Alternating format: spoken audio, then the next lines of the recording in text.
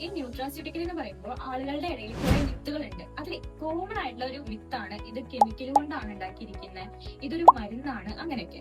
ഇത് ശരിയാണോ? ഇതിനൊരു മരുന്നായിട്ടൊന്നും കണക്കാക്കാൻ പറ്റില്ല. മരുന്ന് നമ്മൾ കഴിക്കുന്നത് എന്തിനാ? നമ്മുടെ അസുഖം മാറാൻ വേണ്ടിയിട്ട്. ഇതിന് അതിനുള്ള കഴിവൊന്നുമില്ല. പക്ഷേ ന്യൂട്രാസ്യൂട്ടിക്കൽസ് കൺസ്യൂം ചെയ്യുന്നത് വഴി നമ്മുടെ രോഗപ്രതിരോധ ശേഷി വർദ്ധിക്കും. അങ്ങനെ ഇമ്മ്യൂണിറ്റി ബൂസ്റ്റ് ചെയ്യുന്നത് വഴി നമുക്കൊരു ഹെൽത്തി ലൈഫ് സ്റ്റൈൽ മെയിൻറ്റെയിൻ ചെയ്യാൻ പറ്റും.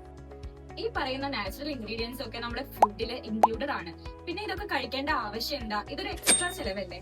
ഈ പറയുന്ന എല്ലാ ബയോആക്റ്റീവ് ഇൻഗ്രീഡിയൻസും ഫുഡിൽ ഉണ്ട് എന്ന് പറയുന്നത് സത്യം തന്നെയാണ്. എന്നാൽ അതിന്റെ അളവ് വളരെ കുറവാണ്. അതുകൊണ്ട് തന്നെ നമ്മുടെ ബോഡിയിലേക്ക് മതിയായ അളവിൽ ഇത് എത്തുന്നില്ല.